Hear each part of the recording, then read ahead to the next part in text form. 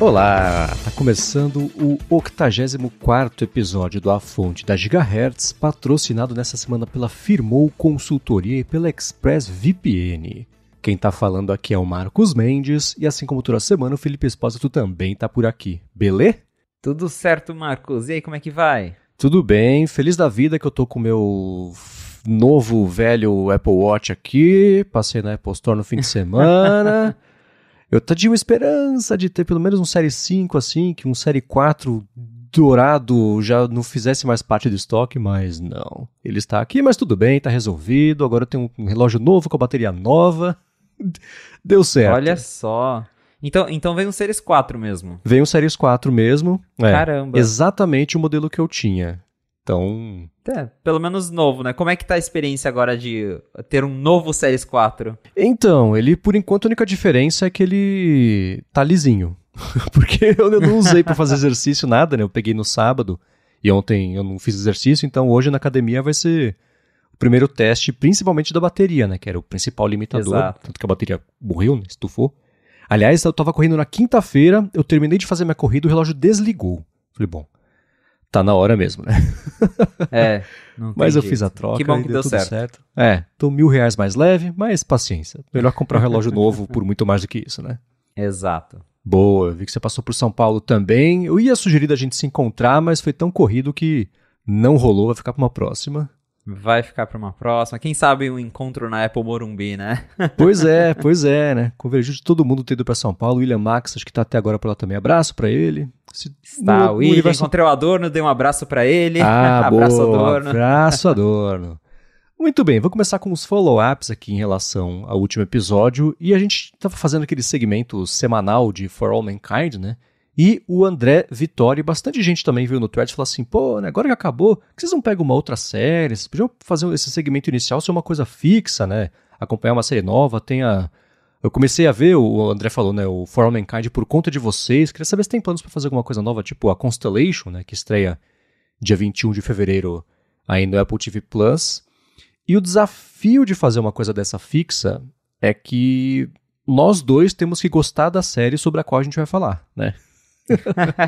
Exatamente, porque série é algo muito subjetivo, né? Então, deu certo que nós dois assistimos For All Mankind, nós gostamos, mas, né, achar outra série, assim, que os dois assistem, acompanham, tem essa disposição pra acompanhar todo episódio novo semanalmente. Eu mesmo, antigamente eu assistia muita série, era coisa de via uma em seguida da outra, emendava, e hoje em dia tem que chamar muito a minha atenção pra eu falar, vou parar pra assistir isso aqui. A gente fez Ted Lasso, porque Ted Lasso acho que foi uma das maiores unanimidades de série dos últimos anos, né? Que quase todo mundo gostou. Mas esse é o desafio, né? A gente fala, toda semana vai ter um aqui. A gente começa a ver Monarch e eu descubro nos primeiros 15 minutos que eu cometi um péssimo erro de me comprometer a ver uma série que eu não ia gostar. E aí a gente vai aqui, semana após semana, falar sobre isso sem estar muito afim, né? Então, a gente promete fazer toda semana que tiver uma série que a gente estiver assistindo e estiver gostando. Eu acho que é o jeito mais eficiente e bacana de, né, tratar melhor o tempo de vocês e o nosso também. Com certeza. Então, Constellation é uma candidata. Não prometemos nada. A gente pode assistir, ver o que a gente acha e se engatar. A gente traz aqui, senão a gente torce pra logo aparecer uma outra série pra gente fazer isso. Porque eu também gosto muito de falar sobre TV, cinema e falar sobre essas coisinhas aqui no começo do episódio é bacana, mas tem que vir do coração, né? Senão fica artificial e o ouvinte de podcast sabe quando a coisa é artificial e quando não funciona, né? Exatamente. E até, né, se a gente não encontrar outra série, quem sabe vem aí outra temporada de For All Mankind pra gente falar, né? Verdade, né? Pior das hipóteses, daqui a 1 ano e meio, 2, o segmento volta. Exato. Agora eu quero fazer um follow-out rápido aqui em relação ao que a gente comentou na semana passada de falta de aplicativos do Vision Pro, etc. O pessoal não conseguiu testar e aí tem outros problemas mais políticos aí também, diplomáticos, eu diria, rolando sobre a App Store e o Vision Pro. A gente comentou sobre isso também lá no ADT. A gente fez uma conversa sobre a parte mais de estrutura, de negócio da App Store. Isso até, a nossa conversa aqui e a do ADT também ajudou a formular uma ideia que eu coloquei lá no Mac Magazine no último fim de semana, da greve dos apps contra o Vision Pro. Vou deixar o link aqui na descrição. Então, para quem ainda não estiver cansado ou cansada de ouvir falar sobre o Vision Pro, tem mais. Escuta no ADT lá que o papo ficou bacana. E claro que Nessa sexta-feira vai ser a entrega, né, das primeiras unidades aí de quem comprou na pré-venda. Então a gente vai consumir com muita vontade os reviews todos, vídeos, textos, podcasts que pintarem. Na segunda-feira a gente traz para vocês um apanhadão aí do que o pessoal achou. Inclusive o papo de vocês lá no ADT foi bem legal, né? Reforçando já o que a gente tinha discutido aqui na fonte, aquela questão dos desenvolvedores, do motivo pelo qual os desenvolvedores não querem desenvolver pro Vision Pro. Então eu estava lá escutando vocês ao vivo, então vale a pena lá para quem ainda não ouviu conferir esse bate-papo. Boa! Vamos já partir direto para os assuntos aqui dessa semana, que pintou muita coisa pra gente falar, óbvio, né? E eu quero começar sobre um ponto rápido que a gente vem falando já há, sei lá, pelo menos um ano, sobre executivos importantes, ou não importantes que eu digo assim, de destaque para fora da Apple, mas gente boa, com história, com capacidade, né, com contribuições importantes aí para a Apple, saindo, indo para várias outras empresas de vários outros mercados, muitos indo para o mercado automotivo, e foi isso que aconteceu com um executivo da Apple que foi para a Rivian, que é uma empresa, uma montadora de carros elétricos que nos últimos 2, 3 anos, mas especialmente no último ano, tem feito bastante barulho e está descolando bastante destaque aí, especialmente, é claro, para o mercado americano, né? Exato. Aqui acho que nem tem, mas eu lembro que a primeira vez que eu vi um Rivian foi quando estive lá na Califórnia, em abril do ano passado, e até que eu vi bastante assim por lá. Então, lá pelo menos nos Estados Unidos, como você bem disse, está fazendo bastante barulho. E agora nós temos um veterano da Apple, um cara que passou quase 25 anos trabalhando lá na Apple, passou por vários projetos grandes, iPod, iPhone, Apple Watch, tá deixando a Apple para trabalhar com a Rivian, e isso vem no momento em que a gente teve também uma reportagem essa semana falando mais uma vez sobre o carro da Apple, e que aparentemente, né, em outra mudança nos rumos do projeto, esse projeto que todo ano tem uma mudança, a Apple estaria abandonando aquela ideia de fazer um carro totalmente autônomo, aquela coisa mais futurista, sem volante, e basicamente faria um Tesla dela, uma coisa mais conservadora, mais tradicional, para tentar entregar esse projeto que, enfim, vem sendo cobrado aí pela direção da empresa, porque já estão gastando um monte com esse projeto e até agora não deu em nada. E aí fica naquela tipo, e aí, né? Vai sair, vão entregar alguma coisa. E aí, pelo menos segundo essa reportagem da Bloomberg, a Apple estaria deixando o projeto menos ambicioso para conseguir entregar ele até 2028 e, né, curiosamente, coincidiu que esse executivo da Apple está saindo agora para trabalhar numa empresa de carro elétrico, que é algo que a gente até já viu em outros momentos, reportagens sobre fulano tal que a Apple contratou da Tesla ou de qualquer outra fabricante de carros, ficou um tempo lá dentro e depois já saiu porque esse projeto do carro da Apple, mesmo não que esse executivo em específico estava envolvido, né, no carro, mas é bem curioso isso, porque a gente já viu vários executivos que foram contratados para trabalhar nesse projeto do carro e não aguentaram muito, porque é um negócio tão incerto, né? Esse lance, e é engraçado que na matéria fala assim, a Apple reduziu mais o projeto do carro. Eu falei, nossa, eles reduziram ainda mais, né? Volta ainda mais, daqui a pouco vai ser só uma tonquinha que vai andar de marcha ré. Corta equipe, reduz escopo, né?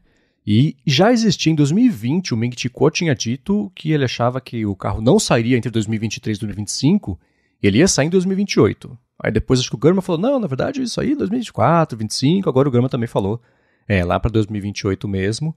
E existia o lance, não vai ter volante, não vai ter pedal, vai ser uma sala que as pessoas vão entrar e se locomover, e isso ainda está meio distante, essa tecnologia, né?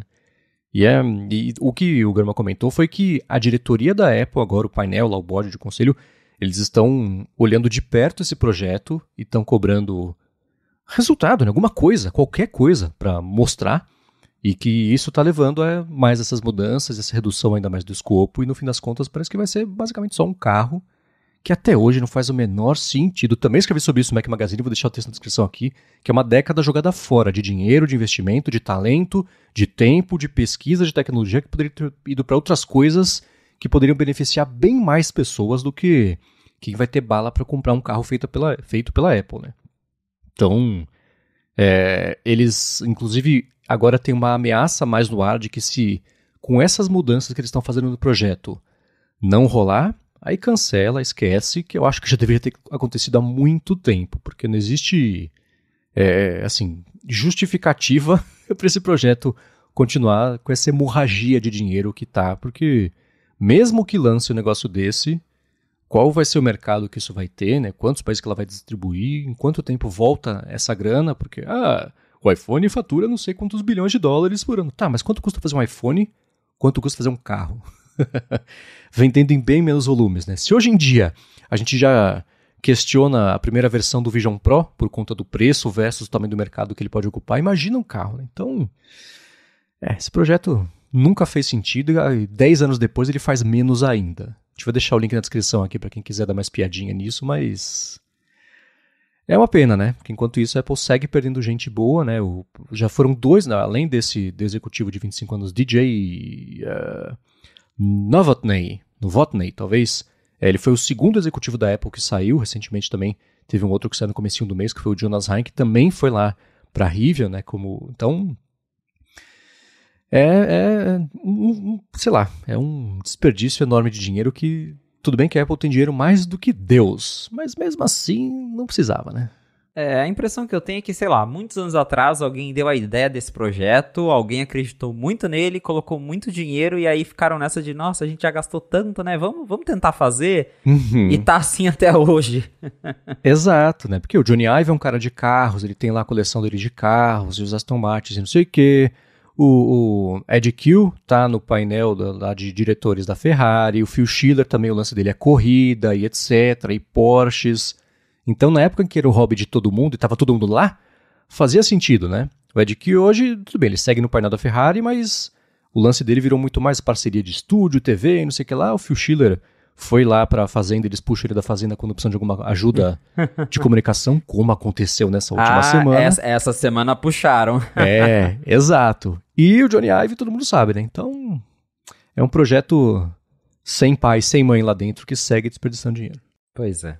Bom, seguindo rapidamente aqui, uma outra notícia que pintou foi sobre iPad, sobre o futuro do que pode pintar aí de iPads, tanto no beta do iOS 17.4, quanto também informações requentadas aí que pintaram no último fim de semana. Mas antes de falar sobre isso, eu quero falar sobre a Firmoo Consultoria, que está mais uma vez patrocinando o A Fonte e quer te ajudar a crescer ao longo desse ano. A Firmoo oferece serviços de contabilidade consultiva e gestão financeira e ela é especializada em startups, desenvolvedores, empreendedores, profissionais liberais, pequenas e médias empresas. Então, para você que está pensando em abrir a sua empresa ou desenrolar uma pendência da vida PJ ou do seu CNPJ e coisa assim, a Firmoo resolve. Então, para você que está no comecinho do ano, quer arrumar a casa de uma empresa que você já tem, especialmente também você que vai quer começar mesmo, né? Putz, chegou a hora de tirar minha startup aqui do papel, quero abrir, e alguém que sabe o que está fazendo para me ajudar a crescer junto, direito, sem perder tempo, fala com a Firmoo. Ela vai, inclusive, além de oferecer serviços de contabilidade do dia a dia,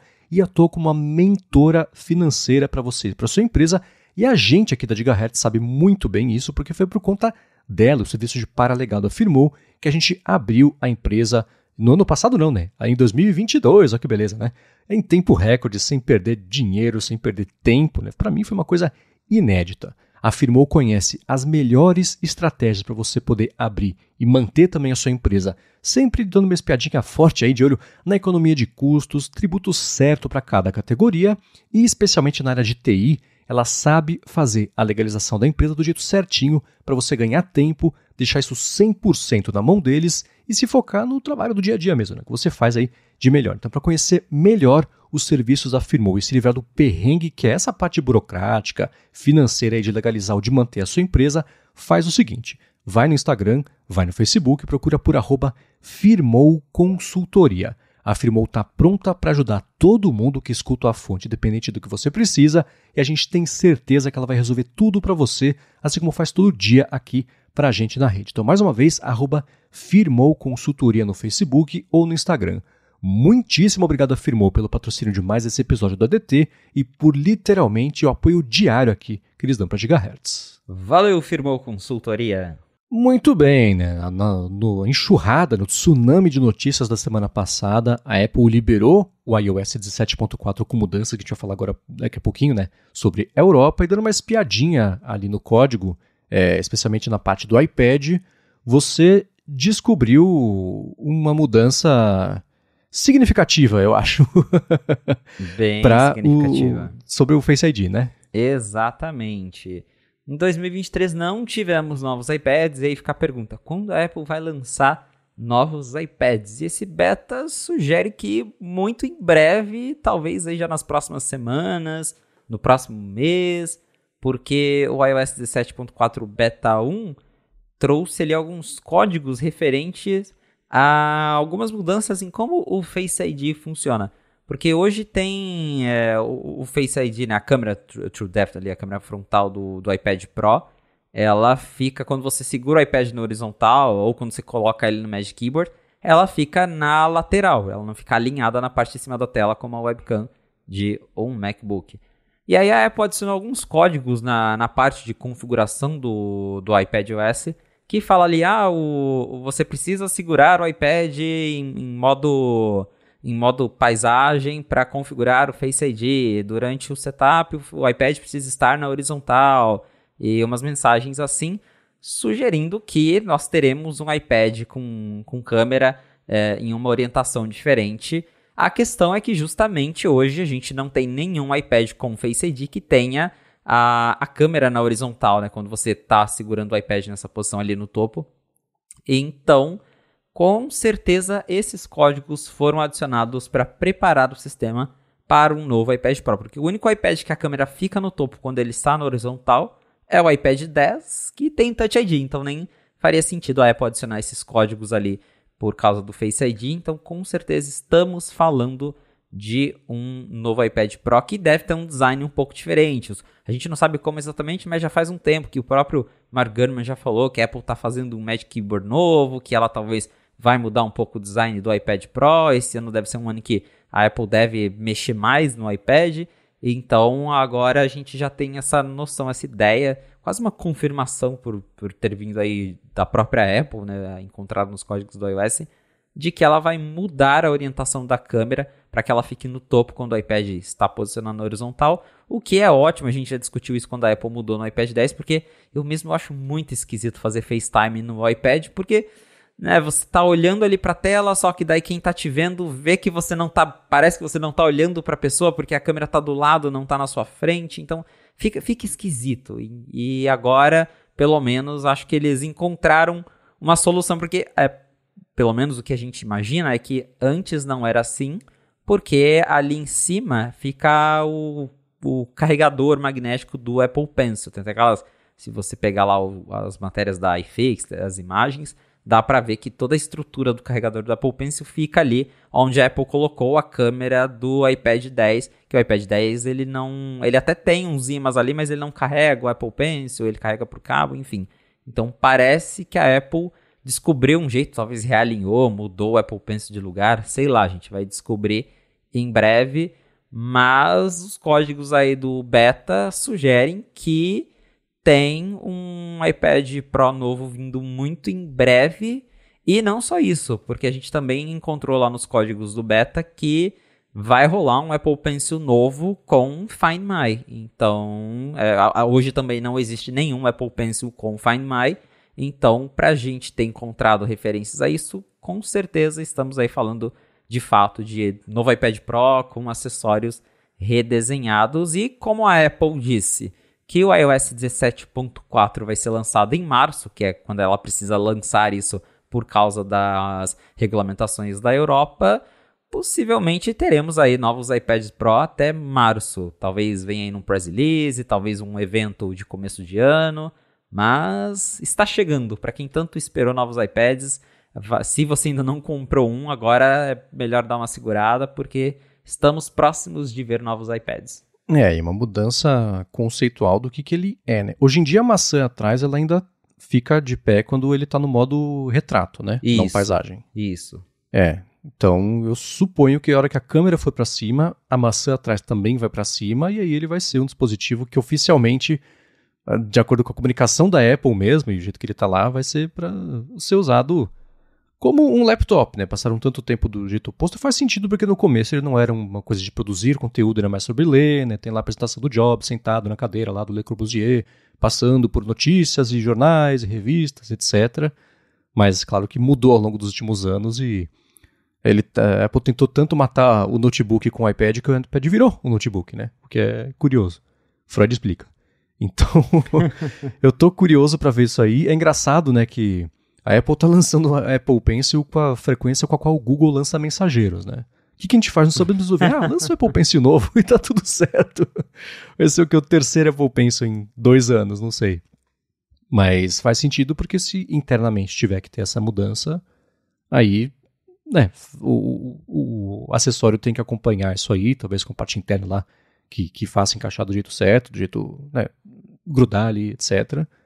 Mas isso torna ainda mais inexplicável todo o ano passado de iPads, incluindo o lançamento do Apple Pencil, né? Exato. Fico bem curioso para saber como é que foi essa história. Talvez um dia alguém vaze para você, Felipe. Você comenta aqui com a gente e posta no Net5Mac também, porque é uma história que eu ficaria bem interessado em ver como é que foi que aconteceu tanto tropeço da linha de iPads aí nos últimos 2 anos, incluindo o não tropeço, né? O nada. O ano perdido aí. Foi tudo pro carro, investimento de lançar iPad. Né? Exato, o iPad ficou esquecido, mas agora acho que está chegando e esse beta deixa bem evidente que estamos próximos aí, né, de um lançamento de iPads. Boa. Lá para março é o rumor, né? Isso, de novo porque justamente a Apple vai ter que lançar a versão final do 17.4 em março, até março, né? Ela mesmo já falou que estará disponível no começo de março. Então, acredito que março pode ser uma boa data para a Apple já soltar aí um press release de lançamento de novos iPads, ou de novo até, quem sabe, fazer um evento de começo de ano. Acho que um evento seria uma boa, porque o iPad precisa desse empurrãozinho, né, de demanda, porque senão é só, apesar de ter mais de um ano que não sai iPad novo, quando sai iPad novo, é mais um iPad, é o 11º iPad nada, é o não sei que número iPad Pro, iPad Air, que é o quê, né? A gente já comentou sobre essa confusão aqui, então aproveitar o holofote, ainda mais passando o lançamento do Vision Pro e passando um mês aí promovendo o Vision Pro, aproveitar esse vácuo de comunicação para lançar iPad e um iPhone com cor nova, que geralmente é o que acontece, acho que um eventinho justifica sim. Com certeza. Você falou bem, né? Agora a Apple tem essa tendência aí de lançar cor nova de iPhone, pode ser que role então um evento aí lá pro comecinho de março, e a gente tem aí novos iPads, um iPhone de cor nova, acho que faria bastante sentido e talvez até ajudaria a Apple a tirar um pouco a atenção de toda a confusão da Europa, né? Porque ela anunciou isso, mas com certeza ela não quer tanta atenção assim para esse tópico, então ter ali novos produtos talvez disperse um pouco a atenção da mídia para esse assunto polêmico. Muito bem, e também fuçando no código aí do iOS do beta, né, que pintou o primeiro beta do iOS 17.4, tem coisa em código, tem coisa que já está ali, né, acessível para testar, etc. Uma delas, que deixou a gente aqui muito feliz na Gigahertz, é que finalmente o app nativo do Apple Podcasts vai ter suporte já automático, nativo dele, ou se você quiser, você também pode subir a transcrição de cada episódio. Isso é uma coisa que as plataformas têm colocado aos poucos, né? Spotify colocou faz um tempinho, tipo uns 2 meses, e eles estão testando até agora a transcrição do podcast. Ao invés de no Spotify você ter que ir no aplicativo lá, você descer e a transcrição estar lá, isso sincronizado com o que está sendo dito, no lugar da capa do podcast já aparece a transcrição como se fosse letra de música, grandona ali, e vai passando também. Achei um teste interessante, mas vai também pintar aí no Apple Podcasts. Fiquei bem feliz. Como é que vai funcionar isso aí? Então, a Apple anunciou aí junto com o beta do 17.4 que agora o Apple Podcasts consegue gerar as transcrições automaticamente. Então, segundo a Apple, as transcrições estarão disponíveis já quase que imediatamente após um episódio de podcast ser publicado. E aí, o usuário ali dentro do Apple Podcasts vai encontrar aquele botãozinho. É o mesmo ícone para quando você está no Apple Music e quer ver a letra da música. Vai ter o botãozinho ali, você vai clicar e aí ele vai exibir a transcrição e vai acendendo ali, né? Vai dando um destaque para o que está sendo falado naquele momento. Então a implementação ficou bem legal e chama a atenção justamente porque isso chega num momento em que a gente tem discutido todo o lance de inteligência artificial no iOS e coisas generativas. E a gente sabe que a Apple ela já tem implementado algumas coisas, mas sem usar o termo AI e tudo mais. E tá aí mais uma aplicação que chegou super discreta em um beta do iOS 17, que é isso de gerar as transcrições dos podcasts, que ficou, finalmente ela implementou isso, porque de fato é algo bem legal. Uhum. E eu achei bem legal o lance de você ou deixar automático e deixar o Apple Podcasts fazer isso aí, ou você subir a sua transcrição, né? Ou você editar que tá lá, enfim, né? Você pode subir lá nos formatos VTT ou SRT, que a galera da legenda aí já sabe, já conhece bem, né? E dá para linkar a transcrição direto no feed RSS para o Apple Podcasts puxar. Então a gente aqui na Gigahertz, o Rambo fez esse excelente trabalho, muito bacana, se você vai no site, tem lá no player do episódio lá no site, um botãozinho de aspa, se você toca ou clica no botão da aspa, abre uma janela com a transcrição, que é feita de um jeito automático aí depois que o episódio é publicado. Isso é feito lá pela Whisper da OpenAI, e a gente podendo integrar isso aí vai ser uma coisa bem bacana. A Apple não explicou, pelo menos eu não vi a explicação técnica do que eles estão usando, que sistema que é para fazer essa transcrição, se é deles, que eu imagino que seja deles, ou se é um fornecedor externo aí, terceiro de tecnologia. Acho que não, porque dados, né? A Apple gosta de dados. Então, fico curioso. Vamos ver se pintam mais detalhes a respeito disso aí no futuro. Mas ótima notícia, né? Um pouquinho de IA chegando aí antes do iOS 18 de um jeito útil e bacana para todo mundo, né? Exato. E falando em AI, a Apple está testando outras coisas com o 17.4. E isso já deixa aí deixou aí no fim de semana algumas pessoas bem empolgadas, porque ali procurando nos códigos do iOS, olhando as entranhas desse beta, encontramos, o 95Mac publicou ali que encontramos uma API chamada Siri Summarization, que seria resumos da Siri, basicamente. E não tem exatamente como a gente saber o que essa API faz, porque ela está meio que incompleta. Provavelmente é um resquício de código que a Apple esqueceu de apagar ali de algo que eles estão testando internamente. Mas o nome é extremamente sugestivo, porque temos rumores de que a Apple está investindo numa AI generativa. A própria Apple já confirmou isso sem dar detalhes sobre o que ela está fazendo, mas tem rumores de que isso vai pintar aí no iOS 18, mais para o final do ano. E aí você tendo uma API interna que apareceu com o nome Siri Summarization, deixa ainda mais evidente que a Apple está fazendo alguma coisa lá dentro. E o curioso dessa API é que, olhando os códigos dela, a gente encontrou que ela descobriu que ela se integra, isso confirma que é algo interno, que ela se integra com a OpenAI. Basicamente é uma API que usa o ChatGPT. Não quer dizer que a Apple vai criar o Siri GPT baseado no ChatGPT, mas o que a gente entendeu aí com base nesses códigos é que a Apple criou essa API para ela poder comparar os resultados do ChatGPT com o Siri GPT, seja lá o que a Apple está planejando, mas deu a entender ali, analisando todos os códigos, que essa API específica ela está sendo usada justamente para dar os mesmos comandos tanto para o Siri GPT, que é um nome fictício, quanto para o ChatGPT, e a Apple consegue ter um comparativo de como é que a coisa está performando. Então, uma notícia bem interessante é ver que a Apple está ali internamente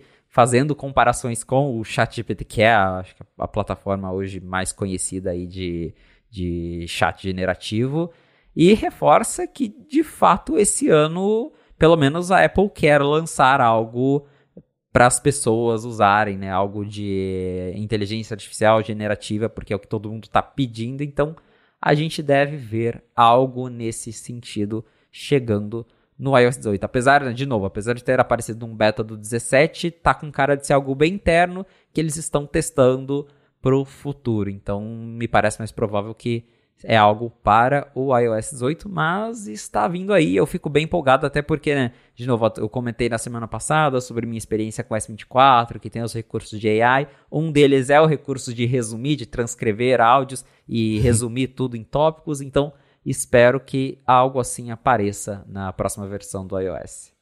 Essa notícia, essa parte da OpenAI me deixou bem surpreso, porque não, assim, tem um mês e meio que saiu o Alex Heath do The Verge, publicou, acho que na newsletter dele, uma matéria falando que a ByteDance vinha usando o ChatGPT para que a ByteDance treinasse o próprio modelo de IA. E aí, assim que saiu a notícia, a OpenAI suspendeu a conta da ByteDance, falando que isso aí está totalmente fora dos termos de uso deles, né? Que não pode fazer isso. Então, eu acho que é uma questão de tempo agora, até essas contas aí que a Apple está usando, que seja a conta independente de cada funcionário trabalhando ali, isso não está nos termos de uso da OpenAI, né? Então, fico esperando aí pela iminente notícia de que a OpenAI suspendeu a conta desse pessoal aí de algum jeito, né? Mas a parte boa isso valida um pouquinho aquela nossa ideia de que tudo bem, pode até ter uma Siri melhorada, que eu acho que não vai ser para agora, mas usar essas coisas da OpenAI, depois só trocar o pneu ali para uma coisa feita pela Apple para fazer os recursos de resumir, de gerar texto, isso dependendo ali do contexto de cada aplicativo, tá mesmo nas cartas, o que é uma excelente notícia que vai ser muito mais útil pra gente do que só usar, entre aspas só, né, usar uma Siri GPT. Mas fiquei muito surpreso em ver que, mesmo que não é uma coisa pública, foi vocês fuçando lá que acharam coisas da OpenAI direto lá no código do iOS. Isso aí deve ter tido reuniões ali da OpenAI e o pessoal fala, e aí gente, o que a gente faz? Ah, com certeza essa notícia chegou lá dentro e eu fico justamente também curioso para saber qual que vai ser a repercussão, se vai ter alguma repercussão pública, se a OpenAI vai fazer alguma coisa para impedir a Apple, né, de usar a plataforma deles para não treinar, mas para, né, ajustar ali, para se comparar com o que a Apple está desenvolvendo. Mas de fato é interessante ver a Apple por baixo dos panos dando uma espiadinha na concorrência, até usando a concorrência para ajustar o que ela está criando. Fora a gigantesca ironia que não me escapa, que é o seguinte, né? Quer dizer que a OpenAI tá brava que estão usando o negócio dela indevidamente sem autorização para treinar uma IA?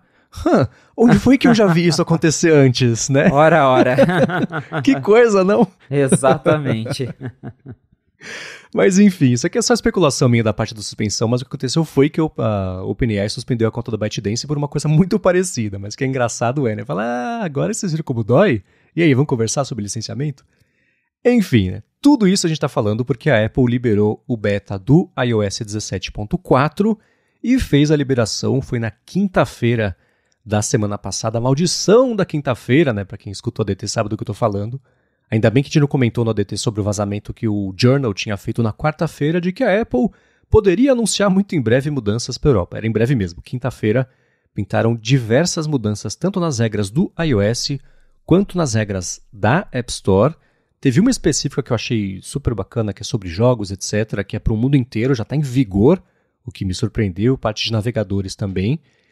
E foi uma das... Sim, é raro sair tanta notícia que eu, mesmo parando, vou tentar entender, ler tudo e absorver, me sinto totalmente fora de controle do que está acontecendo. Foi tanta coisa que saiu, tanto detalhe, continuou saindo detalhe, e reação, esclarecimento da Apple, etc., que eu tentei ao máximo organizar o que a gente vai falar aqui, mas eu vou confessar que eu não sei nem por onde começar. Então, Felipe, você que ativamente participou da divulgação dessas notícias, de entender e mastigar, explicar pra galera lá do 95Mac, por onde você prefere começar a falar sobre isso? Olha, esse assunto ele é extenso, é complexo. A gente que estava escrevendo sobre também teve dificuldade de entender tudo, porque é um negócio cheio de asteriscos. Eu só consigo pensar naquele comercial antigo da Apple, do Get a Mac, que a Apple brincava lá, Legal Notice, que o PC ia falando e ia subir naquele monte de letras miúdas. É exatamente isso. É cheio de condições, de asteriscos, de veja bem. Mas o principal, que é o que todo mundo esperava, aconteceu. A Apple vai permitir que na Europa os desenvolvedores disponibilizem aplicativos por fora da App Store.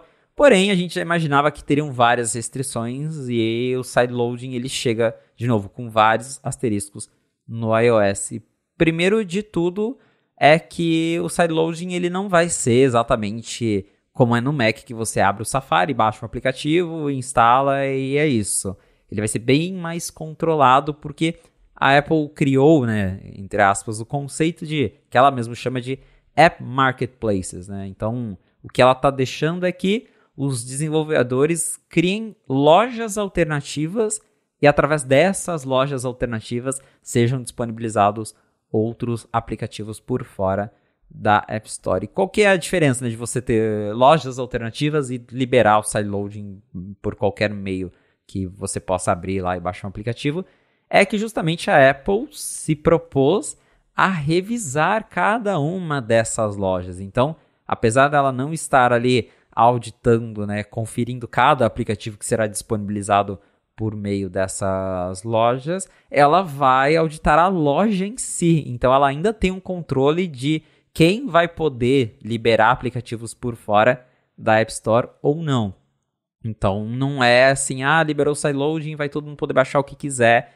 Vai ser uma coisa bem mais controlada. E aí, quando você começa a esmiuçar as entrelinhas, a gente vê que o negócio é bem mais a fundo, porque não é qualquer desenvolvedor que vai poder criar o seu marketplace. A Apple diz que para assegurar que as app marketplaces tenham, né, um certo nível de qualidade de acordo com o que a Apple espera, ela vai exigir que o desenvolvedor por trás desse marketplace, empresa que seja, tenha uma carta de crédito de 1 milhão de euros para provar que essa pessoa, essa entidade, instituição, tem condições de manter esse app marketplace, de dar suporte para os usuários.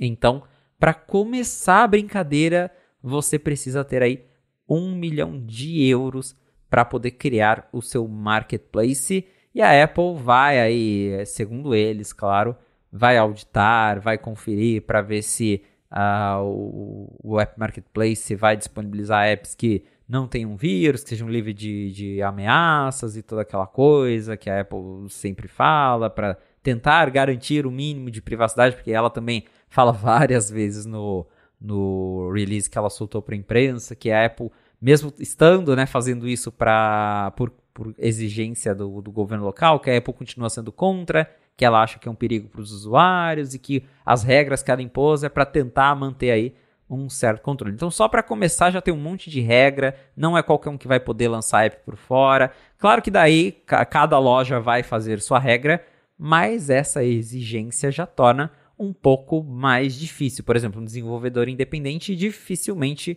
vai conseguir lançar a App Store dele. A gente tem lá o Riley Tester, que tem a AutoStore. Dificilmente ele vai conseguir colocar a AutoStore disponível lá para os usuários da União Europeia, justamente por conta desse requisito aí da carta de crédito de 1 milhão de euros e outras exigências da Apple. Tem outras coisas também que eles liberaram, como por exemplo a redução aí da comissão da App Store, que é toda aquela questão de até você paga 30%, aí depois de um ano, ou se você for desenvolvedor, você paga 15%. A Apple criou outros modelos, só que também é cheio de asterisco. O desenvolvedor, se ele concordar em optar por pagar menos, que aí a comissão cai lá para 17%, mas aí você tem que abrir mão de certas coisas, aí tem uma taxa nova que você precisa pagar para a Apple. Então, assim, ela liberou muita coisa e a gente vai detalhando aqui aos poucos, mas o principal, que é o sideloading, está confirmado, porém não é tão livre quanto as pessoas desejariam, mas a gente já esperava que não seria tão livre assim, conhecendo a Apple. E tem um detalhe, é só para iPhone. Não vai ter sideloading para iPad, não vai ter sideloading para Apple Watch, não vai ter sideloading para Apple Vision Pro. A Apple deixou bem claro que é só para iPhone, ou seja, ela está fazendo o mínimo que foi exigido, porque pelo menos nos termos ali, né? Isso, claro, a gente também vai discutir isso, que a Apple com certeza colocou os advogados dela para analisar cada parágrafo da lei antitruste lá do DMA, para ver o que eles poderiam, até em quais limites eles poderiam chegar sem infringir o DMA. E como a questão central, né, é a App Store do iPhone, que justamente a Apple vinha com aquele argumento de que tem que, sei lá, 5 App Stores, e os outros produtos eles não são tão importantes assim, o iMessage não é líder, a App Store do Watch ninguém liga, daí né, ela se jogou ali embaixo do caminhão para falar que os outros produtos não são monopólio, que a questão é o iPhone. Então, nesse momento, tudo que ela anunciou é só para iPhone. É curioso porque lendo o press release, que ela tem lista, a maior parte, pelo menos, desses anúncios, ela fala Europa ou EU, né, Comissão, União Europeia, 81 vezes. Cada frase que ela fala de uma coisa nova ou que vai acontecer, ela se protege legalmente de dizer é só na Europa. Tem parágrafo que está escrito EU 4 vezes para garantir que eles estão cobertos sobre isso aí. E, assim, não é uma surpresa que sejam regras restritivas e até agressivas, né? Porque, do ponto de vista de negócio da Apple, a gente já discutiu 600 vezes aqui se ela tá certa ou não, etc. Mas para ela tá certa. Então, o que ela vai fazer? É claro que ela vai defender o que ela acha que tá certo e vai fazer as coisas do jeito que ficar tudo melhor para ela, né? Existe um preço gigantesco que ela vai pagar de relações públicas, de imagem sobre isso? Existe. Mas do lado dela, assim, a não ser que a gente abra tudo e não cobre nada, vão reclamar. Então a gente faz do jeito que a gente quer e beleza, e briga nos tribunais, né? Tem uma questão importantíssima que é o seguinte, tudo isso anunciado pela Apple me parece que é assim, estamos anunciando, a nossa intenção é essa, agora encaminha isso para a Europa avalia e aprova ou rejeita. Existe uma chance de até março essas regras não serem as finais. Ou o que a Apple vai querer fazer? Então beleza, processo, e aí estende, entra com recurso e blá blá blá blá blá blá. Então pode ser que ela esteja forçando uma briga mesmo, porque ela consegue adiar. Então foi o seguinte, vamos brigar? Sem problemas. Deixa como tá, quando sair a resposta, a gente muda, beleza? A gente já viu ela fazer isso algumas vezes, ela certamente vai tentar fazer isso de agora em diante aqui também, né? Esse lance aí a gente vai falar sobre as reações, especialmente do Spotify, da Netflix, né, da própria Epic Games, que já são geralmente as empresas mais vocais aí contra as regras da Apple daqui a pouquinho, mas uma coisa que o consenso é assim, né? Eles estão fazendo de escolher entre levar um chute na boca ou um soco no estômago, e falando que é uma escolha. Os dois são ruins pra gente. A gente pode não ser chutado ou socado, não. Você tem que escolher. Você não queria escolha? Tá aí. Escolhe entre essas duas péssimas opções, né? Então, tem o que eles chamaram de taxa, tipo a taxa de conveniência do Ticketmaster, taxa de serviço, como é que chama lá? Acho que é Cortex. É meio que assim, a taxa pra manter a operação. Isso, que ela vai cobrar Core Technology para aplicativos. Isso, então é a taxa de tecnologia central, sei lá como a gente pode traduzir isso. Ela vai passar a cobrar 50 centavos de euro para cada instalação do aplicativo, né, isso ao longo de um ano, a partir do download 1 milhão e 1. Então ela está dando, né, distribuindo de graça esse 1 milhão aí de downloads, mas a partir do primeiro, fora isso, o pessoal vai ter que pagar. Eu vi uma certa confusão entre se atualizações contam também como um download extra ou se não. Sabe me dizer? O pior é que eu também fiquei confuso quanto a isso. Eu preciso dar uma olhada depois lá nas guidelines, porque eu lembro que ela fala sobre o test flight, por exemplo, então é bem capaz que, conhecendo a Apple, a atualização tá no meio, porque até o test flight eles querem cobrar, né? Imagina a atualização, porque a ideia, a ideia dessa taxa é justamente, né, segundo a Apple, é manter as operações mínimas necessárias para sustentar, né, toda essa estrutura aí do iOS. Então eu chuto que até a atualização eles vão ter que pagar, sim. Eu não tenho... Então... A minha impressão era a contrária, que era só para o download inicial do aplicativo e não updates, porque senão você desincentiva a ter updates, né? Então, e a Apple falou, isso aqui, assim, menos de 1% dos desenvolvedores vão ter que pagar isso aqui, porque é uma escala muito grande, etc. Mas tem a Apple falou assim, pô, eu vou ter que pagar, tipo, 30 milhões para a Apple por ano só porque o meu aplicativo existe, hein? Isso é pior do que antes, né? E a Apple fala, né? Eu achei aqui, isso aí. Eles falam que instalações repetidas no mesmo ano não terão cobranças adicionais. Então, basicamente, eles vão cobrar uma vez por ano por quem já tem um aplicativo. Isso, então faz mais sentido, porque senão fica totalmente fora do controle, né?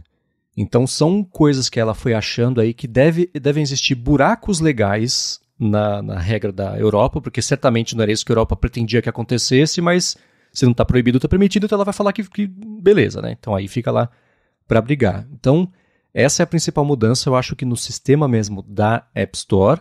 Existe também essa redução da comissão, né, de 15% e 30% para 10% e 20%, só que aí adiciona mais 3% de não sei onde, então acaba fica elas por elas, fica um pouco mais barato, né? Isso, é que o que ela fez é basicamente, o desenvolvedor vai ter lá a opção de optar por pagar uma comissão menor. Por exemplo, você, ao invés de usar o sistema de compras da Apple, você escolhe um modelo que você vai pagar menos, mas aí se você quiser usar o sistema de in-app purchase, aí você vai pagar mais 3% para a Apple, por exemplo. Então é um esquema assim. É muito confuso. A gente está confundindo mais o pessoal do que esclarecendo, mas a gente está assim também, né? Então estamos todos tateando junto essa situação e vai ter mudança. Essa não vai ser a regra final, eu acho, mas a gente vai trazendo isso ao longo dos próximos episódios. Me tira uma segunda dúvida que eu fiquei. É uma situação em que quem está fazendo o aplicativo tem que escolher ou ter o pagamento por dentro da App Store ou ter por fora, ou pode ter os dois? Pode ter os dois. O que não pode é, por exemplo, o desenvolvedor escolheu um modelo de negócios para pagar menos lá, ou para pagar os 50 centavos e depois ele quer voltar para o modelo regular da App Store. Segundo a Apple, não tem volta. Então parece até que ela está realmente castigando, né, o desenvolvedor, assim, no sentido, você escolheu esse caminho, agora é para sempre isso aí. Então, uma vez que você mudou o modelo de negócios, não tem volta, mas você pode tanto optar por exemplo, usar uma plataforma externa e também vender através da App Store, pagando ali essa taxinha extra de 3% para a Apple. Tá, isso é uma coisa que eu também aposto que na frente vai mudar, porque ela pode falar o seguinte, tá vendo aqui a Europa? Os desenvolvedores saíram, perceberam que era um péssimo negócio e voltaram. Então, ela pode ser um dado que fica em favor dela, dependendo da quantidade, né? Mas tem que ter uma boa quantidade para que isso aconteça, né? Então, acho que essa da parte da App Store, isso é o principal. Eu quero tirar da frente já também o lance dos jogos, porque o que ela anunciou é que as plataformas de streaming de jogos, isso no mundo inteiro, não só na Europa, vão poder fazer o que elas queriam fazer desde o começo, né? Que é a Microsoft ter o Xbox Cloud Gaming Platform Tabajara, e os apps todos lá de dentro direto, e o pessoal poder assinar e jogar tudo de lá, sem ter que baixar os apps independentemente, é isso? É exatamente isso, e essa é uma mudança global. A Apple anunciou que vai permitir agora que aplicativos ofereçam, de certa forma, mini aplicativos, ou no caso, né, dos jogos aí, o streaming de jogos dentro da App Store, porque na época, quando a Microsoft tentou lançar o Xbox Cloud Gaming para iOS, acho que a Nvidia também tentou lançar o dela para iOS, a Apple foi lá, baniu e falou que ia contra as regras, porque ela não conseguia aprovar cada jogo individualmente, revisar, né, cada jogo individualmente, que daí ela não teria controle sobre os conteúdos que seriam distribuídos, toda aquela coisa, e sendo que todo mundo até usou o argumento, mas por que a Netflix pode colocar um catálogo, você não revisa cada filme da Netflix que está lá, e ainda assim eles podem lançar um conteúdo de streaming, né? Então, por fim, a Apple até na época ela flexibilizou, entre aspas, ela falou, tá bom, vocês podem lançar jogo por streaming, mas vocês vão lançar separado cada aplicativo na App Store, e inviável, né? Você ficar quebrando o catálogo em 1000 ícones lá que você vai mandar um por um para App Store. Então, agora ela flexibilizou de vez, liberou, as plataformas de streaming de jogos vão poder lançar seus apps na App Store, vão poder estar disponíveis no mundo inteiro, não é algo só para a União Europeia, e isso eu achei bem interessante. A Apple até fala que ela estará adicionando novos recursos na App Store para facilitar a descoberta de serviços de streaming de jogos e outros mini-apps como chatbots ou plugins. Então dá a entender que de fato ela está deixando mais fácil essa parte para os desenvolvedores criarem apps que oferecem mini coisinhas. O Facebook mesmo, né? Ele tentou também já lançar, se eu não me engano, um esquema de joguinhos dentro do Facebook. A Apple falou nada disso. Então eu acho que talvez agora se enquadre nessa questão de mini apps que as novas guidelines citam. E é curioso ver justamente que ela escolheu isso para liberar para o mundo inteiro, talvez até como uma forma de acalmar os ânimos antes que ela já está sofrendo pressão aí do Japão, Estados Unidos também já está iniciando uma investigação. Então, nesse aspecto, pelo menos, ela tentou dar uma flexibilizada para ver se isso já ajuda ela nessa discussão, que eu acho que não, mas do ponto de vista do usuário, que bom que ela finalmente permitiu isso, né? Eu não sou exatamente a pessoa que joga mais jogos de AAA do mundo. Mas olhando de fora, a minha impressão é que esse mercado de streaming de jogos deu uma esfriada no último ano. Sei lá, quando. Tudo bem que lançamento de plataforma tem que promover a plataforma e escuta falar muito mais sobre isso. Mas o da Amazon, não sei nem se existe ainda, aquele Luna. Tem o da Amazon, o Google acho que desistiu. Tem o esse. Stadia, eles desistiram. Tem o da Microsoft. Tá rolando ainda bomba esse tipo de coisa? E eu que tô por fora ou deu uma esfriada mesmo? Eu também não sou, até porque eu tenho Xbox, então eu não sou muito de usar o streaming. Já testei algumas vezes, assim, é jogável, dá pra usar, mas eu pelo menos, né, tendo como pessoa que tem um console, eu prefiro jogar no meu console. Então, eu acho que é um negócio ainda que não pegou tanto assim, né? Eu não sei como é que é, até pros nossos ouvintes aí que quiserem comentar com a gente, se vocês jogam, se vocês usam esse tipo de plataforma, porque eu testei e fiquei tipo, legalzinho, e continuei jogando no meu videogame mesmo. Então, quem tem informações sobre isso já sabem, né? gigahertz.fm/feedback. Eu acho que de App Store a gente conseguiu dar uma boa limpada. Tem muita coisa ainda que daria pra falar por uma semana aqui, mas a gente vai falar sobre isso no DT também, né? A gente vai falando em doses homeopáticas pra até dar pra absorver, entender melhor tudo. Eu acho que de App Store é basicamente isso. Tem mais mudanças, tem de navegador, tem de NFC, a gente vai falar sobre isso, mas antes eu vou agradecer a ExpressVPN, que está mais uma vez patrocinando a fonte e segue oferecendo um mês para você testar o serviço e depois 3 meses a mais na assinatura do plano anual da VPN deles. Se você se conecta a Wi-Fi públicos, então você está no shopping, você entra rapidinho lá para ver alguma coisa no Wi-Fi, ou se você vai voar, tem lá o Wi-Fi do avião, que nem mesmo esse nem é de graça, né? Mas ainda assim os seus dados geralmente são o preço ou uma parte do preço da conexão, então do aeroporto também, do hotel, enfim, né? Wi-Fi da cidade, da pracinha lá, seus dados, o que acontece, os sites que você acessa, por quanto tempo, serviços, aplicativos, servidores, isso pode ser coletado para diferentes fins, mas se você não quiser que ele seja coletado para nenhum fim, você faz o seguinte, vai em expressvpn.com/a-fonte. Quando você instalar a ExpressVPN no seu dispositivo, nem quem oferece a conexão e nem a ExpressVPN sabe, tem acesso ao que você está acessando, por quanto tempo e etc. E isso é excelente para a sua privacidade. Já uma outra vantagem enorme, e essa eu uso todo dia, literalmente, é que você pode se conectar aos 100 países aí que eles oferecem de servidor para você rotear a sua conexão e vai no serviço de streaming, você passa a ter acesso ao catálogo do serviço do país que você escolheu se conectar e não o daqui do Brasil, mas o oposto também, né? Tá lá fora, quer ver uma coisa que só tem no Brasil, se conecta, passa pelo Brasil e pronto, você acessa esse serviço. E eu uso isso muito no HBO Max, que vai virar Max agora, né, no próximo mês.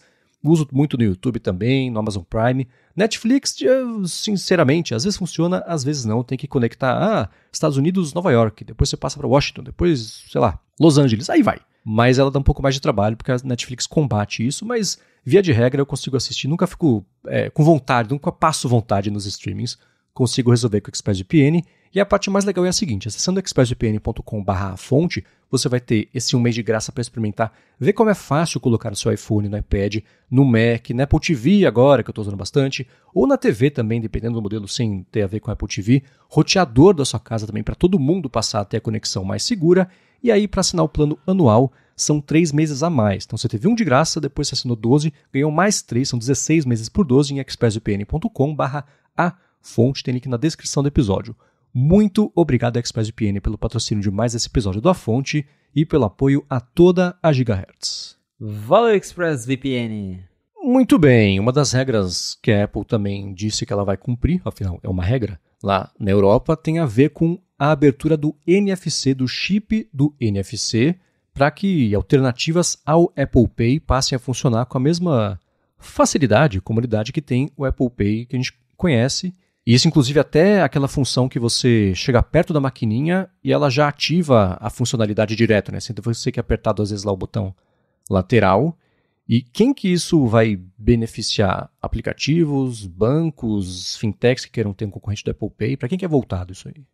Exato. O que basicamente a Apple está permitindo é que um banco, por exemplo, implemente o seu próprio Apple Pay dentro do aplicativo dele sem, de fato, precisar fazer um acordo com a Apple. Porque hoje, se você tem uma instituição financeira, né, vamos usar, por exemplo, aqui no Brasil, o Nubank. Quando o Nubank quis entrar no Apple Pay, ele teve que ir lá fazer um acordo com a Apple. Esse acordo envolve repassar, né, tem taxas, enfim, né, tem toda uma coisa por trás. E o que a Apple agora está permitindo é que, você não quer estar no wallet? Beleza, usa aí a API do NFC e faz o seu sistema de pagamentos, que isso foi, claro, uma exigência da União Europeia. E aí ela também está deixando que não só esse banco crie a sua própria solução, como também que você escolha qual vai ser a solução principal. Então, se você trocou ali o Apple Pay por outro aplicativo, você pode configurar justamente como você disse, para que quando você usa o botão lateral ou você encosta o iPhone na maquininha, ele vai abrir o cartão lá que você configurou do aplicativo que você escolheu, ao invés de abrir o wallet da Apple. Então, provavelmente, isso vai beneficiar bancos que ainda não têm a parceria com a Apple, ou algum banco que, por algum motivo, ainda não aderiu ao Apple Pay, fintechs, às vezes uma fintech pequena que está começando aí a operação, ainda não tem o suporte necessário para chegar na Apple e fazer um acordo com a Apple, vai lá e lança o aplicativo com a forma de colocando ali a integração com o NFC. E eu acho até que isso também permite que os bancos usem a API, né, do pagamento para transformar o iPhone em maquininha, que é algo que já tem no Android. A Apple lançou aquela API que chegou no Brasil recentemente, que a gente falou, mas, de novo, é algo que é uma API, né? Essa, no caso, ela não precisa de um acordo, porém, você ainda assim tem que pedir permissão para a Apple para usar. É um negócio que não é só ir lá e criar.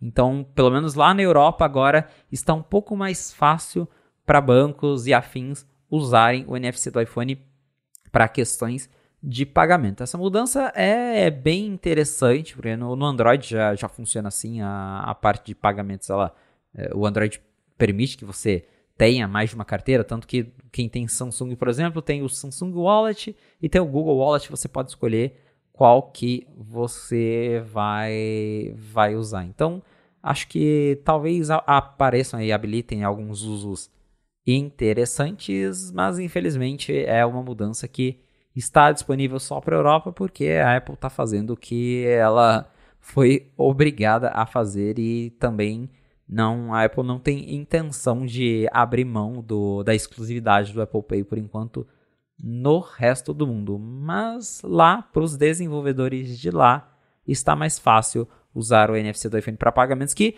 vale lembrar, já existe a API do NFC há algum tempo para o iPhone, então você pode usar para ler tags, para fazer vários tipos de coisas. O próprio Shortcut deixa você usar o NFC do iPhone, só que, de acordo com as regras da App Store, se você tentar usar isso para pagamentos, a Apple vai rejeitar o seu aplicativo, e o que muda é que agora, lá na Europa, pelo menos, ela não vai mais rejeitar aplicativos que implementem aí algo relacionado a pagamentos usando o NFC do iPhone. Essas mudanças todas que a gente está vendo, elas comem de pouquinho em pouquinho muito do faturamento óbvio de serviços dela, né? Então, a gente tem desde a parte de comissão da App Store, até o Apple Pay também, né? Cada vez que você ativa o Apple Pay, ela ganha um troquinho lá do cartão e do banco, e cada vez que você usa também tem uma porcentagem ali. E uma coisa que eu estou surpreso, eu estou vendo aqui a variação no preço das ações da Apple desde quinta-feira até hoje. Eu achei que seria um tombão. Ela desvalorizou 1,8% só desde o anúncio até agora. Ela segue desvalorizando, então na sexta-feira ela caiu 0,9%. No pré-pregão que está rolando agora, está em queda de 0,1%, né? O que não é nada, mas são alguns muitos milhões e bilhões de dólares. Então, é significativo. Fico bem curioso para ver como é que ela vai falar a respeito disso tudo na divulgação de resultados financeiros que vai acontecer. Tem data já para acontecer, não tem? 1 de fevereiro.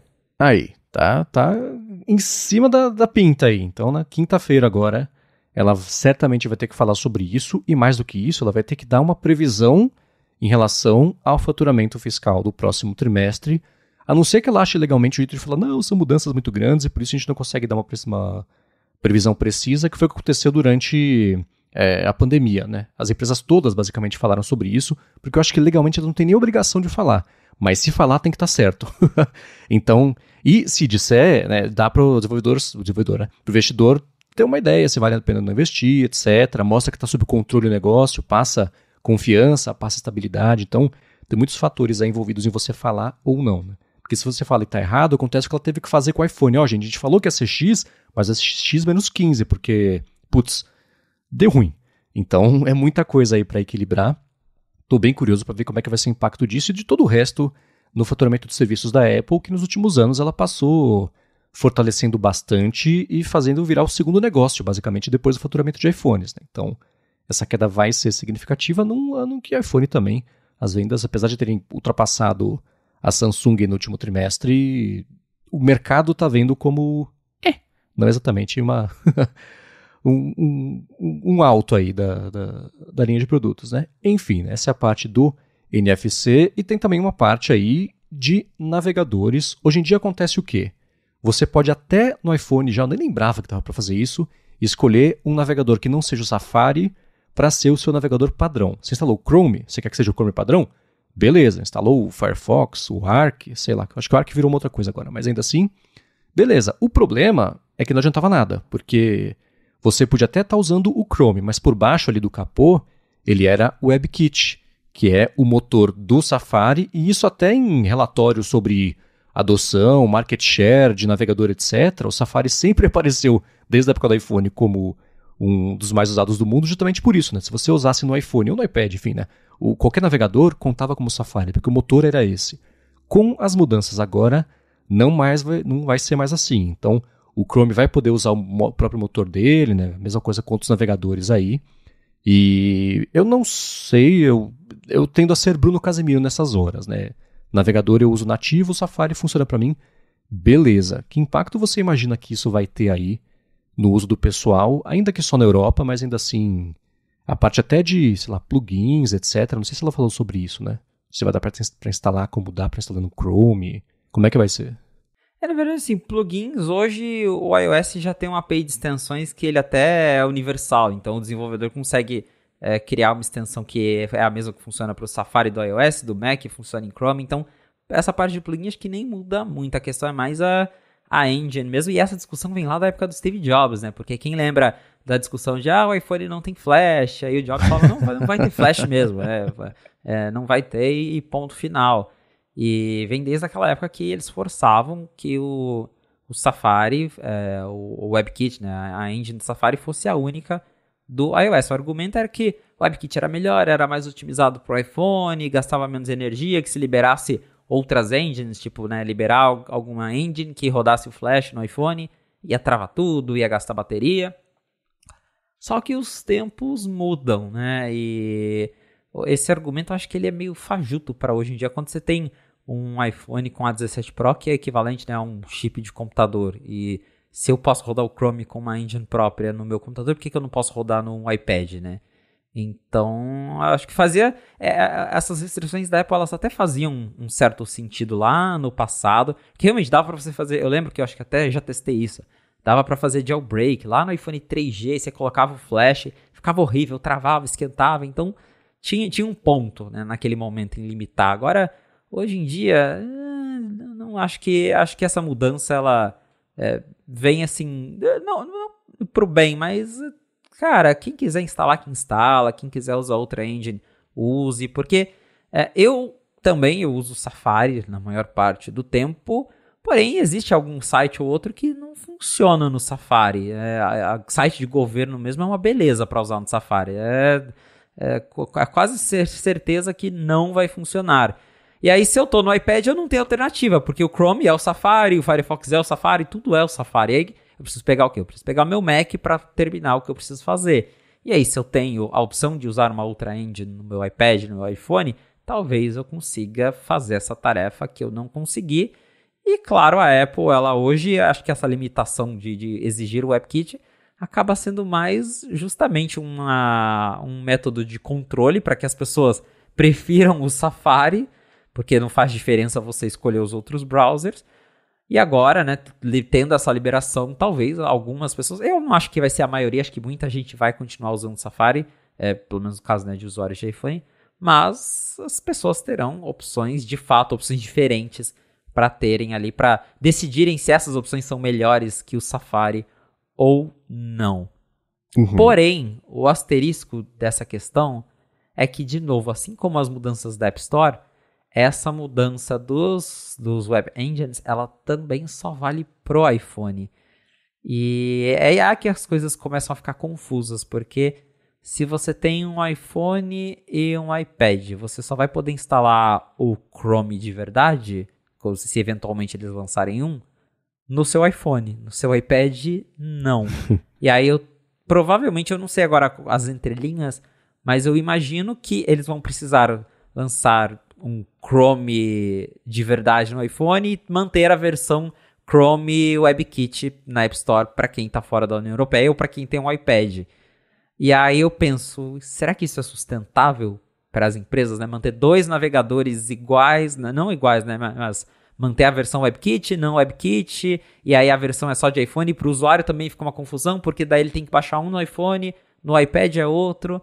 Então eu acho que daí a gente volta naquela. A Apple criou as regras, mas daquele jeito mais mesquinho para justamente fazer o desenvolvedor pensar e talvez nem aderir, né?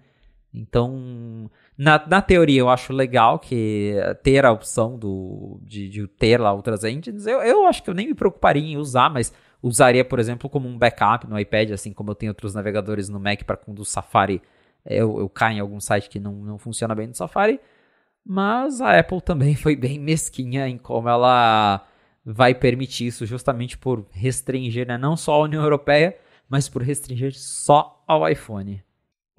Eu, assim, até o lance do iPhone e iPad, eu imagino que logo a Europa diga, tá, então, escuta, iPad também, tá? Manda bala aí. Então isso é um problema temporário que a Europa deve resolver. E tem uma questão que a gente pode, não sei nem se dá tempo de falar hoje, a gente pode falar mais pra frente, que é sobre o que isso significa para o resto do mundo, né? Ou o que a gente espera aí que possa acontecer. A forma como a Apple implementou isso aí, né? Como é que ela vai fazer, dar a opção da escolha ali no início, né? Acho que vale a pena a gente falar um pouquinho a respeito disso. Tem uma matéria no Night 5 Mac que fala a fundo sobre isso, mas ó como é que é, né? Eu entrei lá, a primeira coisa que eu fui para ver a lista foi como é que vai aparecer no Brasil? Eu sabendo que é só para Europa, né? Falando sobre isso, o primeiro instinto que eu tive foi de ver como é que seria a lista aqui de navegadores no Brasil. Então vai ser difícil desassociar uma coisa da outra, mas vamos supor, moro na Europa, comprei um iPhone novo, vou configurar o iPhone. Como é que funciona essa parte da configuração aí do navegador? Então, pelo que a Apple explicou, ela já vai oferecer para os usuários as opções de navegadores assim que ele abrir o Safari pela primeira vez. Então, você configurou seu iPhone, você abriu o Safari, você vai ver uma tela perguntando se você quer usar o Safari ou outros navegadores, que é algo que a própria Microsoft lá nos primórdios, né, quando ela sofreu as ações ali de antitrust, ela teve que colocar isso no Internet Explorer, dar opções para os usuários, e até eu estava conversando com o William Max sobre isso, que ele lembrou que no começo ela dava as opções, só que o Internet Explorer sempre era a primeira. E aí falando para ela, nada disso. E ela teve que tornar essa lista aleatória, então a Apple vai fazer o mesmo esquema. Você vai abrir o Safari, vai aparecer uma lista aleatória com, acho que são os 10 ou 5, 12, os 12 navegadores mais baixados daquele país. E aí a Apple diz que a lista sempre será exibida em ordem aleatória. E aí você vai escolher se você quer manter o Safari ou se você quer baixar alguns dos outros navegadores. E pelo que eu entendi, o Safari também estará na lista. Não vai ser tipo uma opção em destaque, Safari e outros. Vai ser uma lista ali aleatória com o Safari no meio. E aí, se você escolher o Safari, você continua navegando nele. Se não, já vai baixar o outro navegador e aí ele já se torna o padrão do seu iPhone. Agora eu fico... É claro que isso não deve acontecer, mas se o Safari não for um dos 12 navegadores mais usados daquele país, será que ele não aparece na lista? Ou o Safari tá garantido e é Safari mais 11, né? Então, como é que vai ser isso aí? Exato. É legal ser aleatório, e aí eu sei que o pessoal, então abre o código do aleatório para ver se é aleatório de verdade, etc. Blá, blá, blá, né? Mas ainda assim eu fico pensando como... Tudo bem que 12 é um número que engloba bastante, né? Engloba 12. Mas ainda assim eu fico pensando que até isso, de certa forma, é um pouco anticompetitivo, porque eu sou uma empresa pequena e tô começando agora, a minha chance de ter esse destaque já cai, né? Eu vou ter que brigar contra esses outros 12 e por mais que eu tente crescer, existe uma barreira aí, né? Então, eu imagino que lá na frente possa ter um lance assim, sou um navegador e quero ficar disponível na lista, né? E aí faz um pedido, etc. É uma coisa também que que imagino que possa ter uma mudança. E essa é uma discussão que acontece já faz anos, né? Toda vez que fala sobre o lance de neutralidade da rede e etc. Entra, por exemplo, o WhatsApp você não paga na operadora. Fala, tá, mas e os outros mensageiros todos? Né? Você cria uma concorrência desleal estrutural aí.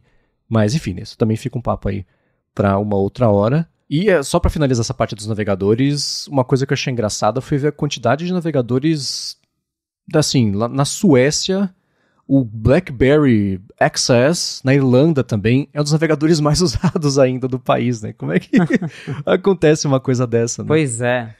Enfim, né? A gente vai deixar o link para isso também aqui na descrição. E para finalizar aqui o episódio de hoje, eu vou falar sobre as reações do mercado. A gente já viu o Spotify se manifestando, a gente já viu aquela coalizão para justiça de aplicativos, que no fim das contas é o Spotify, Epic Games e mais um monte de gente que eles representam aí, falando o que eles acharam. Inicialmente, dando uma espiada nas regras, até por ser muita coisa, né? Você olhava e falava, bacana isso, bacana isso, isso aqui parece justo, interessante isso aqui, pô, reduziu bastante, hein, legal. Tudo isso é o que diz respeito à parte mínima da lei que a Apple está tendo que cumprir. Diz mais sobre a Europa e sobre a lei que ela colocou em vigor do que sobre a Apple cedendo ali a pressões, enfim, né, ou fazendo de forma proativa dentro do que a lei pede. Foram passando os dias, foram saindo matérias, né, as próprias empresas, a gente passou as últimas 18 horas num bunker sem janelas e sem água para ler toda a documentação e chegar a uma conclusão.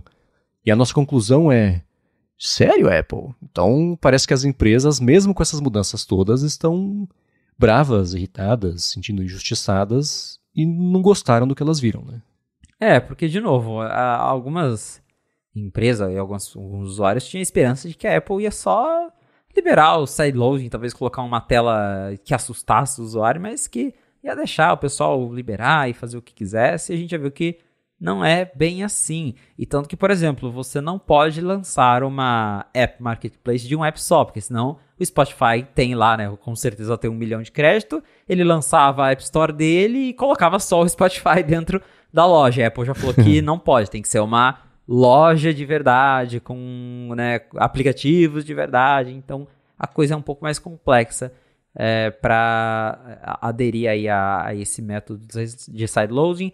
E se o desenvolvedor optar por não pagar os 30%, tem aquela taxa lá de 50 centavos de euro depois de 1 milhão de instalações, que até eu vi vários desenvolvedores indies fazendo as contas e, pô, né, até 1 milhão é gratuito, mas sei lá, você teve um aplicativo que bombou do nada, aí no seu 1 milhão e 1 de download você tem que pagar uma comissão gigantesca para a Apple, sendo que você é um desenvolvedor independente que lançou um app gratuito, e aí você nem tem dinheiro e do nada você tem que pagar uma taxa gigantesca para a Apple. Então, analisando as entrelinhas, a Apple fez tudo de um jeito que não é vantajoso para ninguém, basicamente, aderir a esse sistema. É o que eu comentei antes aqui. Com certeza ela colocou os advogados dela para lerem todo o DMA lá e acharem os limites de cada brecha, onde eles poderiam continuar cobrando e tirando dinheiro e chegar... Porque é muito específico, por exemplo, a porcentagem de 17%.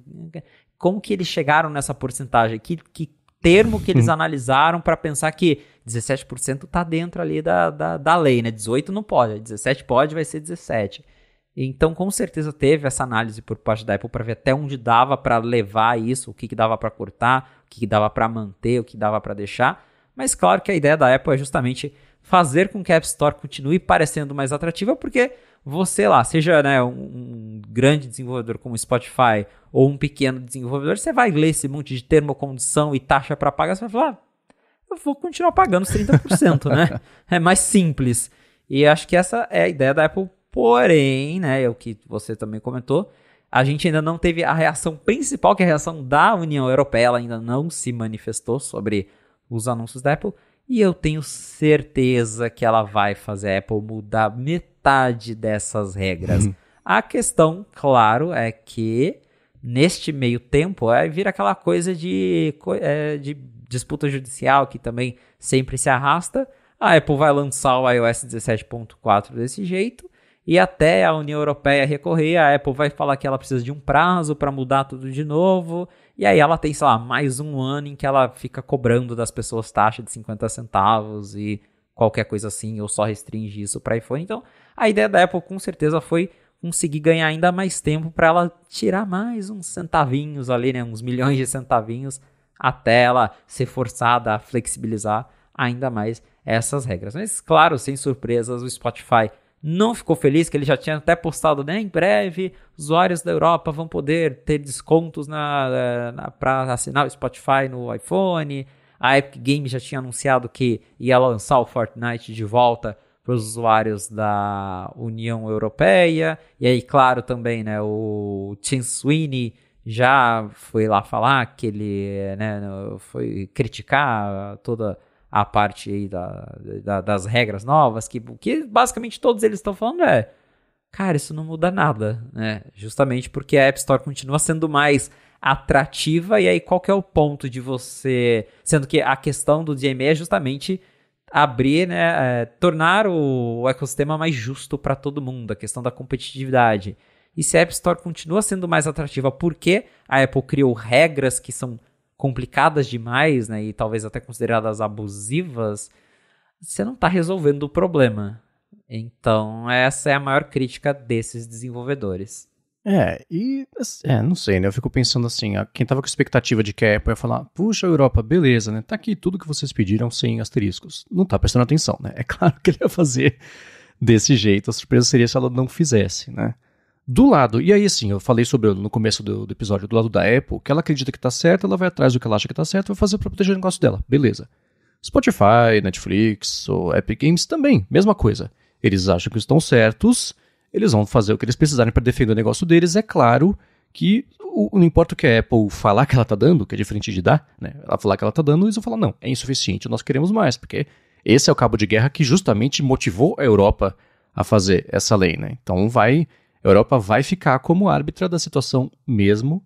Tenho essa desconfiança de que não vai ser nada disso, né? Lembra do começo do ano, né? Como se estivéssemos em agosto, mas que no começo do ano a gente falou, a gente desconfia que no final do ano vai estar muito diferente a App Store de como ela começou. Eu acho que no fim do ano ela vai estar muito diferente de como a Apple está falando que ela vai ser, e não só na Europa, né?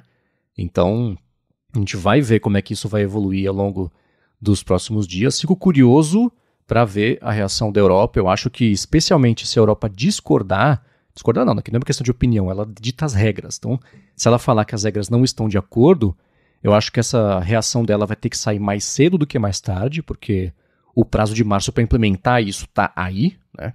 Então, tem que lembrar que pode ser que a Apple tenha esperado até agora para fazer isso, para justamente deixar tão em cima da hora que, puxa, na frente a gente vê, não mexe em nada. Vamos ver como é que vai ser, né?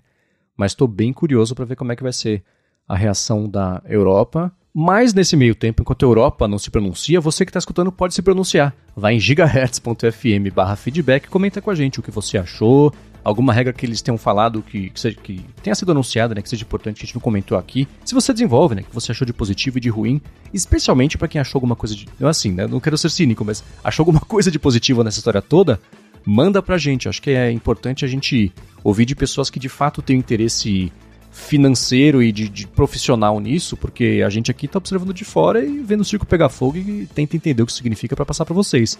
Mas tem esse outro lado que eu acho importantíssimo. Então vamos lá, gigahertz.fm/feedback. Quero agradecer a Firmou Consultoria e ExpressVPN pelo patrocínio do episódio de hoje, a vocês que deixam avaliações, vocês que recomendam, que ajudam o A Fonte a chegar cada vez mais longe, e a você, Felipe, por mais uma semana, especialmente nessa última semana, nos ajudar a entender o que diabo está acontecendo lá em Cupertino.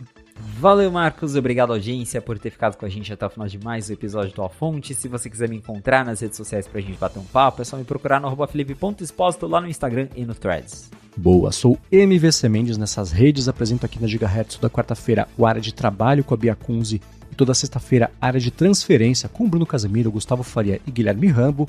Apresento toda sexta-feira para a Lura o Hipsters Fora de Controle, que é um podcast especial sobre IA, que sai no feed do hipsters.tech, e escrevo todo sábado para o Mac Magazine, esse último fim de semana, como eu falei, sobre a greve dos apps aí em relação ao Vision Pro. Tá chegando o Vision Pro, hein? A gente volta na semana que vem, é claro, com impressões ou com digestões aí das impressões do pessoal sobre o Vision Pro. Até lá. É isso aí. Um abraço, pessoal. Até a próxima.